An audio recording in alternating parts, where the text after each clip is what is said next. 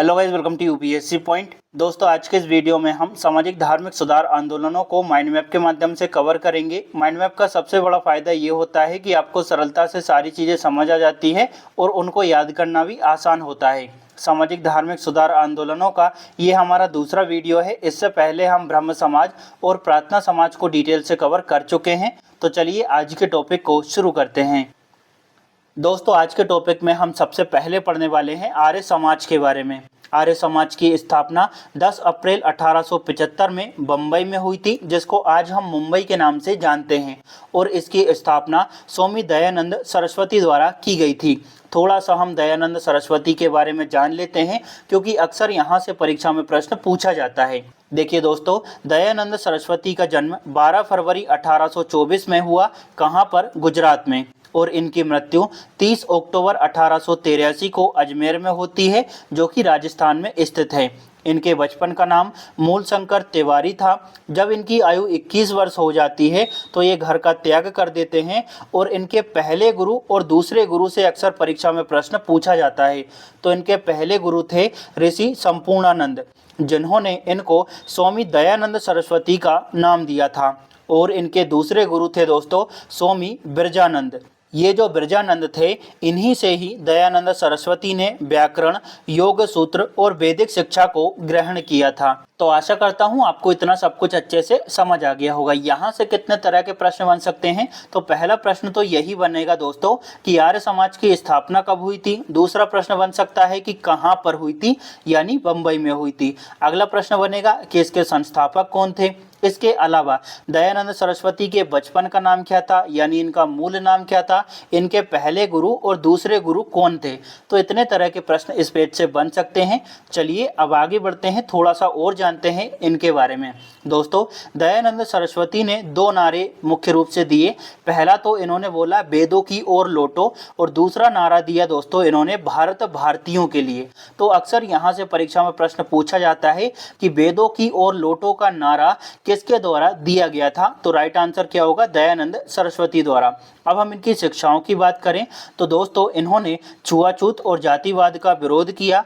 ये जो है वो वर्ण व्यवस्था का समर्थन करते हैं, लेकिन इन्होंने कहा कि वर्ण व्यवस्था जो है वो जाति के आधार पर नहीं होना चाहिए, कर्म के आधार पर होनी चाहिए। इसके अलावा इन्होंने अंतरजातीय विवाह का समर्थन किया, बाल विवाह का विरोध किया, और विधवा पुनर्विवाह की इन्होंने अनुमति दी। इसी के साथ साथ दोस्तों दयानंद सरस्वती ने सर्वप्रथम स्वराज शब्द का प्रयोग किया और हिंदी भाषा को राष्ट्रभाषा के रूप में स्वीकार किया। तो उम्मीद करता हूं आपको ये भी अच्छे से समझ आ गया होगा। चलिए अब हम आगे बढ़ते हैं। दोस्तों, दयानंद सरस्वती ने एक पुस्तक की रचना की जिसका नाम था सत्यार्थ प्रकाश। और ये जो सत्यार्थ प्रकाश पुस्तक थी, ये हिंदी भाषा में लिखी गई पुस्तक थी। 1883 में दयानंद सरस्वती की मृत्यु हो जाती है, और इनकी मृत्यु के बाद में आर्य समाज का नेतृत्व लाला हंसराज करते हैं। लाला हंसराज ने 1886 में दयानंद एंग्लो वैदिक स्कूल की स्थापना की लाहौर में, जिसको आज हम दयानंद एंग्लो वैदिक कॉलेज के नाम से जानते हैं। एक पॉइंट आपको नोट में ये याद रखना है कि 1877 में आर्य समाज का जो मुख्यालय है वो लाहौर में स्थापित किया गया था। जैसा कि हमने पहले देखा कि 1875 में आर्य समाज की स्थापना होती है मुंबई में, और 1877 में इसका जो मुख्यालय है वो लाहौर में स्थापित कर दिया गया था। तो दोनों पॉइंट आपको अच्छे से याद रखना है। दोस्तों, वैलेंटाइन सिरोल ने ये जो संगठन था आर्य समाज, इसको भारतीय अशांति का जन्मदाता कहा। अब कई बच्चों के मन में ये प्रश्न आएगा कि सर, भारतीय अशांति का जनक जो है वो बाल गंगाधर तिलक को कहा जाता है। बिल्कुल सही है भाई, लेकिन अगर प्रश्न ये पूछ लिया जाए कि वैलेंटाइन सिरोल ने किस संगठन को भारतीय अशांति का जन्मदाता कहा, तो इसका राइट आंसर होगा आर्य समाज को। देखिए, अगर संगठन पूछा जाए तो राइट आंसर होगा दोस्तों आर्य समाज, लेकिन अगर व्यक्ति के बारे में पूछा जाए कि भारतीय अशांति का जनक किसको कहा जाता है, तो राइट आंसर होगा बाल गंगाधर तिलक। लेकिन अगर संगठन पूछा जाए तो राइट आंसर होगा दोस्तों आर्य समाज। तो यहाँ पर आपको कंफ्यूजन नहीं क्रिएट करना है अपने मन में। और फिर भी अगर आपको डाउट हो रहा हो तो आप नेट पे सर्च कर सकते हैं। दृष्टि आईएएस, विजन आईएएस, स्पेक्ट्रम की बुक देख सकते हैं, हिंदी ग्रंथ एकेडमी की बुक देख सकते हैं। मैं जो कंटेंट क्रिएट करता हूं ना, उसके लिए कई सारे सोर्स का उपयोग करता हूं, तभी आपको सारी चीज़ें उपलब्ध करवाता हूं। दोस्तों, दयानंद सरस्वती का एक स्टेटमेंट है, बुरे से बुरा देसी राज्य अच्छे से अच्छे विदेशी राज्य से भी अच्छा होता है। देखिए, अक्सर हमारी परीक्षा में कथन पूछे जाते हैं। एक कथन दे दिया जाता है, 4 ऑप्शन दिए जाते हैं और पूछा जाता है कि ये जो वक्तव्य है किस विद्वान द्वारा दिया गया था। तो ये जो दयानंद सरस्वती का कथन है ना, इसको भी आपको अच्छे से याद रखना है। अब इस पेज से कितने तरह के प्रश्न बन सकते हैं? तो पहला प्रश्न ये बन सकता है कि सत्यार्थ प्रकाश की रचना किसने की थी, यानी इसके लेखक कौन थे। तो पहला प्रश्न हो गया।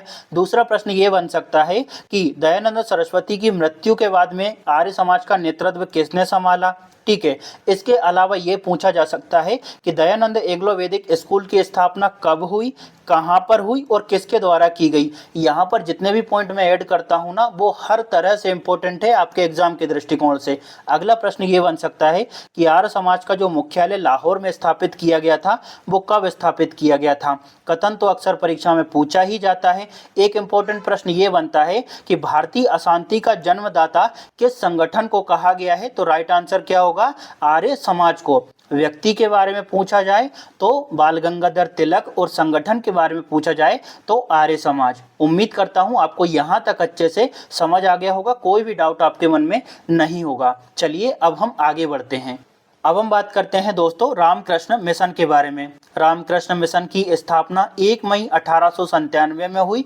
कहां पर? कोलकाता में। और इसके संस्थापक थे स्वामी विवेकानंद। तो अच्छे से याद रखेंगे भैया कि रामकृष्ण मिशन की स्थापना स्वामी विवेकानंद जी द्वारा की गई थी।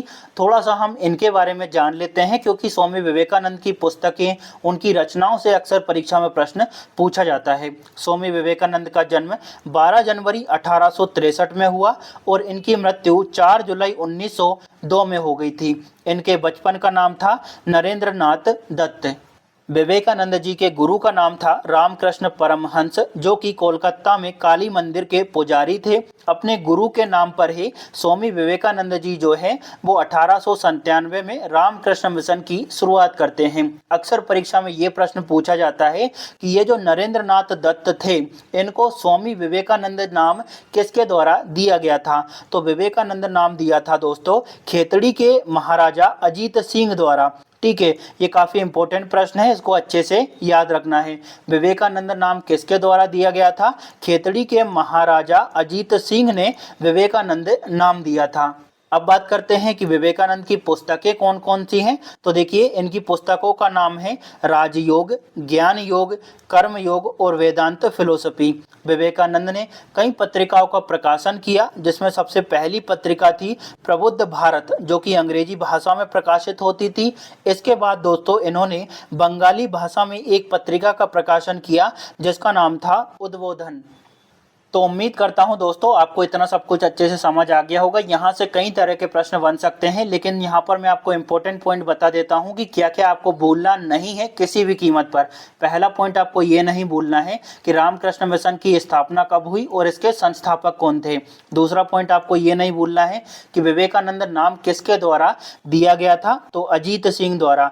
विवेकानंद की पुस्तकें और पत्रिकाओं को भी अच्छे से याद रखना है। चलिए अब हम आगे बढ़ते हैं, थोड़ा सा और जानेंगे इनके बारे में। दोस्तों, सुभाष चंद्र बोस ने स्वामी विवेकानंद को आधुनिक राष्ट्रीय आंदोलन का आध्यात्मिक पिता कहा था। तो बहुत इंपॉर्टेंट पॉइंट है कि राष्ट्रीय आंदोलन के आध्यात्मिक पिता किसको कहा जाता है? स्वामी विवेकानंद को। विवेकानंद ने विश्व धर्म सम्मेलन में भाग लिया 1893 में और इनसे प्रभावित हुए थे कई लोग, जिसमें इनकी एक शिष्या बन गई थी दोस्तों, जिसका नाम था सिस्टर निवेदिता, जो कि आयरलैंड की एक महिला थी। इसके अलावा दोस्तों एक इम्पोर्टेंट स्टेटमेंट है जो कि इनके द्वारा दिया गया था। ये कथन अक्सर परीक्षा में पूछा जाता है। कथन दे दिया जाता है, 4 ऑप्शन दे दिए जाते हैं और कहा जाता है कि ये जो वक्तव्य है किस विद्वान द्वारा दिया गया था। तो इस कथन को अच्छे से याद रखिएगा। इन्होंने क्या कहा? जब तक करोड़ों व्यक्ति भूखे और अज्ञानी हैं, तब तक मैं उस प्रत्येक व्यक्ति को देशद्रोही मानता हूँ जो उन्हीं के खर्चों पर शिक्षा ग्रहण करता है, परंतु उनकी परवाह बिल्कुल नहीं करता। तो आशा करता हूं आपको इतना सब कुछ अच्छे से समझ आ गया होगा। चलिए अब आगे बढ़ते हैं। अब हम बात करते हैं कि रामकृष्ण मिशन के अलावा स्वामी विवेकानंद द्वारा अन्य कौन कौन सी संस्थाओं की स्थापना की गई थी।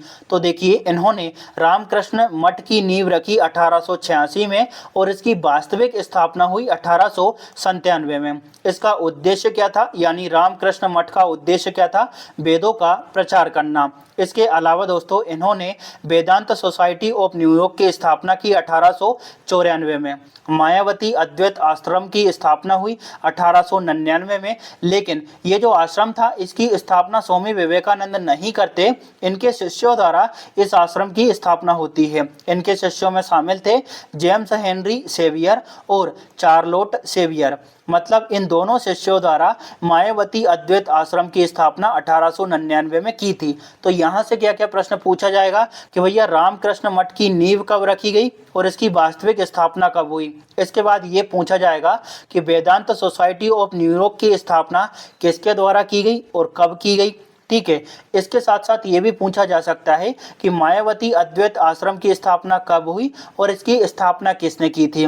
तो ये जो दोनों शिष्य थे ना, इनको भी आपको अच्छे से याद रखना है। आशा करता हूँ आपको ये भी अच्छे से समझ आ गया होगा। चलिए अब हम आगे बढ़ते हैं। अब हम बात करते हैं यंग बंगाल आंदोलन की। ये चला था 1826 से लेकर 1831 के बीच में और इसको चलाया जा रहा था हेनरी विवियन डेरिजियो द्वारा। इनका जन्म 18 अप्रैल 1809 में हुआ और इनकी मृत्यु हो गई थी 26 दिसंबर 1831 में।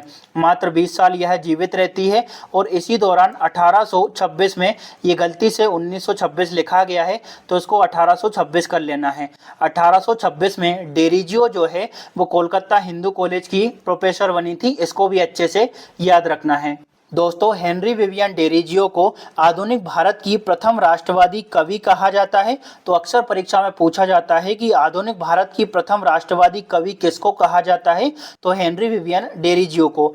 यंग बंगाल आंदोलन के उद्देश्यों की बात करें तो इसका पहला उद्देश्य था प्रेस की स्वतंत्रता स्थापित करना, जमींदारों के अत्याचारों से रैयतों की सुरक्षा करना, रैयतों मतलब किसानों की सुरक्षा करना।